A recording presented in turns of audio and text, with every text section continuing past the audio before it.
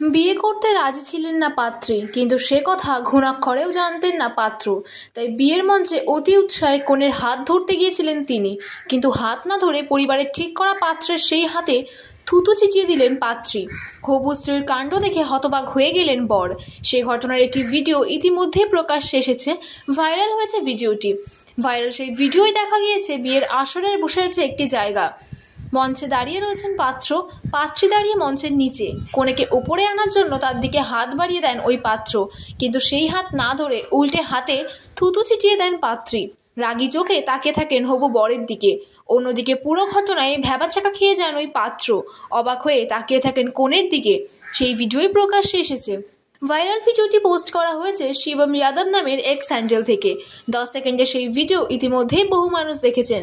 পোস্টে দাবি করা হয়েছে বিয়েতে রাজি ছিলেন না বলেই তরুণী পাত্রীর ওই কাণ্ড ঘটিয়েছেন। ভিডিওটি দেখে কড়া প্রতিক্রিয়া জানিয়েছেন নেটাগরিকেরা।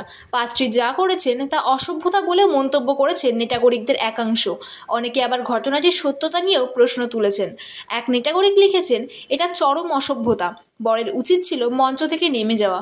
অন্য একজন আবার লিখেছেন, ক্ষমার অযোগ্য, মেয়েটির পরিবারও যদি ক্ষমা চায় তাহলেও পাত্রের বিয়েতে রাজি না হওয়াই উচিত।